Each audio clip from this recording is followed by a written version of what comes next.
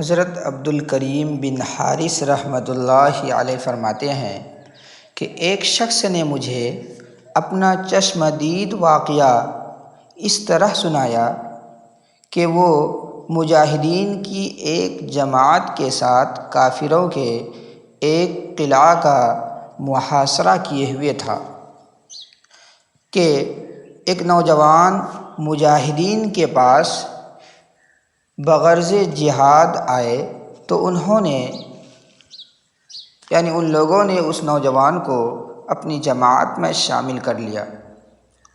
اس کے بعد ان میں سے ایک شخص نے اس نوجوان سے کہا کہ آئیے غسل وغیرہ کر لیتے ہیں، ہو سکتا ہے کہ ہمیں شہادت نصیب ہو جائے۔ تو اس نوجوان نے کہا ٹھیک ہے، غسل کر لیتے ہیں۔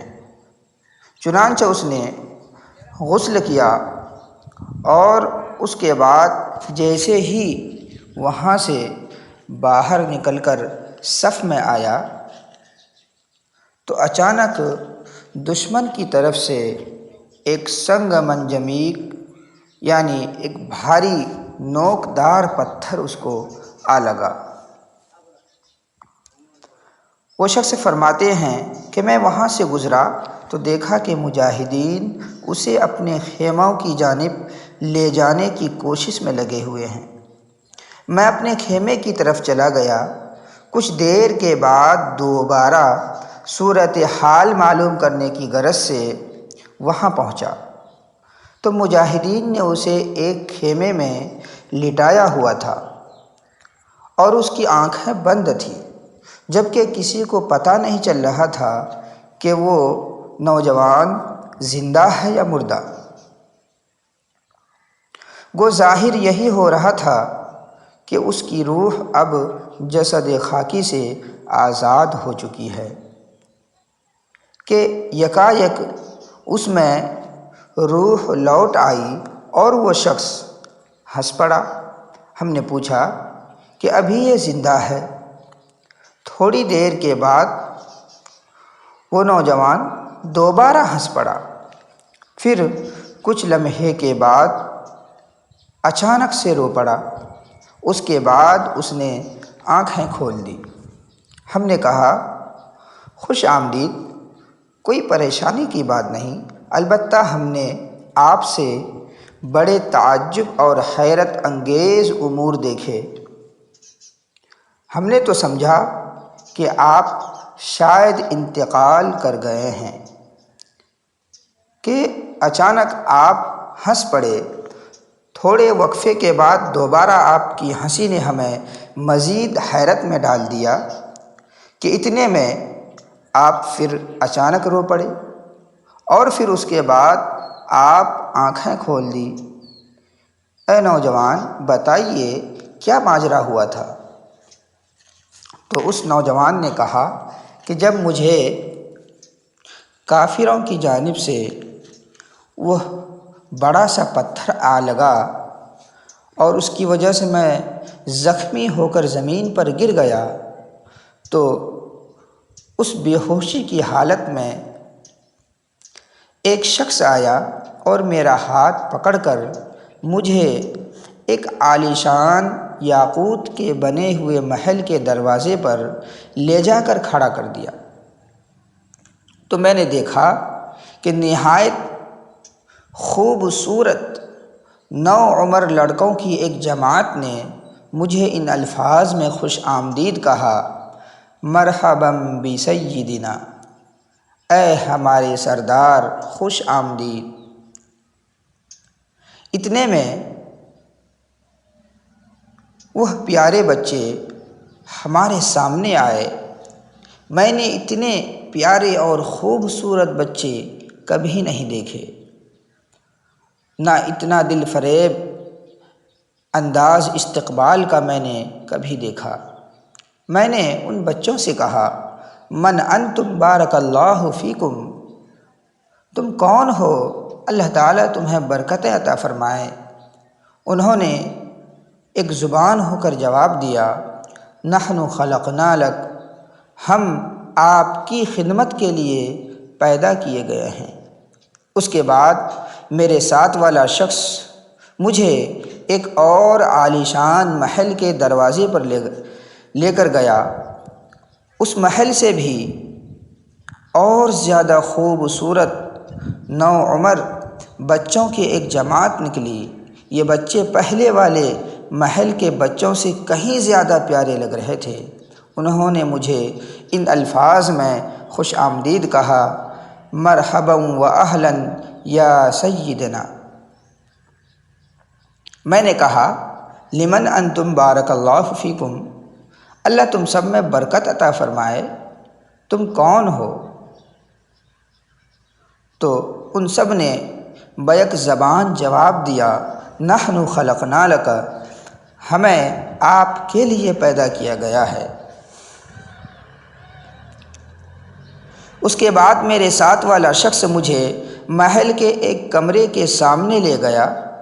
میں نہیں سمجھ سکا کہ وہ کمرہ یاقوت کا بنا ہوا تھا یا زبرجد کا یا پھر موتیوں سے بنا ہوا تھا۔ وہ کمرہ اتنا خوبصورت تھا کہ اس سے زیادہ خوبصورت میں نے کبھی نہیں دیکھا۔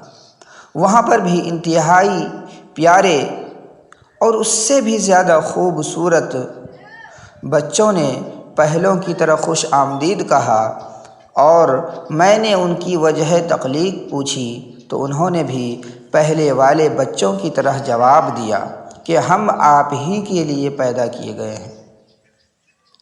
میں نے کمرے کے اندر دیکھا کہ اس میں نہایت خوبصورت قسم کے رنگا رنگ بستر انتہائی سلیقے سے تہ بتہ رکھے ہوئے ہیں، اور نقش و نگار سے مزین چادریں نہایت سلیقے سے بچھی ہوئی تھی۔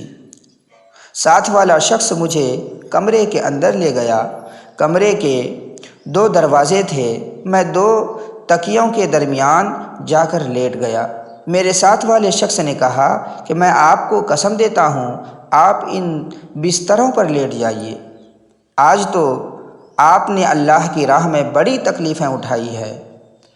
میں اٹھا اور بستروں کی تہوں پر جا کے لیٹا۔ وہ بستر اتنے نرم تھے کہ اتنے نرم بستر پر کبھی میں نے آرام نہیں کیا۔ ابھی لیٹ کر نرم بستر سے محظوظ ہو ہی رہا تھا کہ 2 میں سے ایک دروازے سے مجھے کسی کی آمد کی محسوس ہوئی۔ میں نے محسوس کیا کہ کوئی شخص ہے جو اندر آ رہا ہے۔ نگاہ اٹھائی تو دیکھا کہ ایک نہایت حسین عورت زیورات میں لدی ہوئی نظر آئی۔ اس کے جسم پر انتہائی خوبصورت کپڑے تھے۔ میں نے کبھی اتنی حسین اور خوبصورت عورت نہیں دیکھی، نہ اس کے زیورات جیسے زیورات دیکھے، اور نہ ہی اس کے کپڑے جیسے عمدہ ترین کپڑے میں نے کبھی زندگی میں دیکھے تھے۔ وہ اندر آئی اور میرے سامنے کھڑی ہو کر سلام کری۔ میں نے سلام کا جواب دیا۔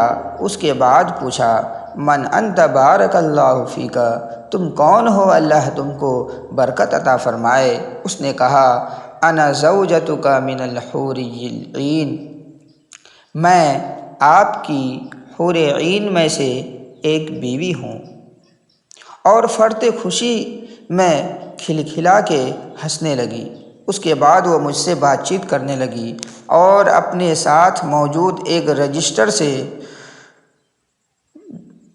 دنیوی اور دنیاوی بیویوں کا حال سنانے لگی کہ وہ یعنی دنیا کی عورتیں کیسی نخرے والی، شوہر کا خیال نہ رکھنے والی ہوتی ہے۔ اسی اثنا میں دوسرے دروازے سے کسی کی آمد محسوس ہوئی تو دیکھا کہ ایک عورت اور کھڑی نظر آئی۔ ایسی حسین عورت میں نے کبھی نہیں دیکھی، نہ اس کے زیورات جیسے زیورات کبھی دیکھے، اور نہ اتنا حسن و جمال کسی کا دیکھا۔ یہ بھی بستروں کے درمیان نہایت ادب اور سلیقے کے ساتھ آئی اور بیٹھ گئی اور مجھ سے بات چیت کرنے لگی۔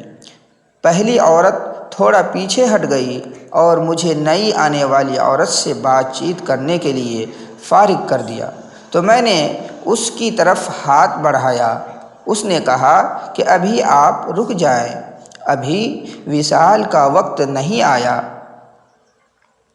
ظہر کے وقت ہی وہ لمحہ عنقریب آنے والا ہے۔ بات چیت یہاں تک پہنچی تھی تو مجھے ایک صحرا میں اچانک لا کر چھوڑ دیا گیا، جہاں مجھے ان میں سے کوئی بھی انسان نظر نہیں آیا، تو میں رونے لگا۔ راوی کہتے ہیں کہ اس کے بعد ابھی ہم ظہر کی نماز سے فارغ بھی نہ ہوئے تھے کہ وہ شخص انتقال کر گیا، اور حوروں کے کہنے کے مطابق ظہر کے وقت وہ نوجوان حوروں سے جا ملا۔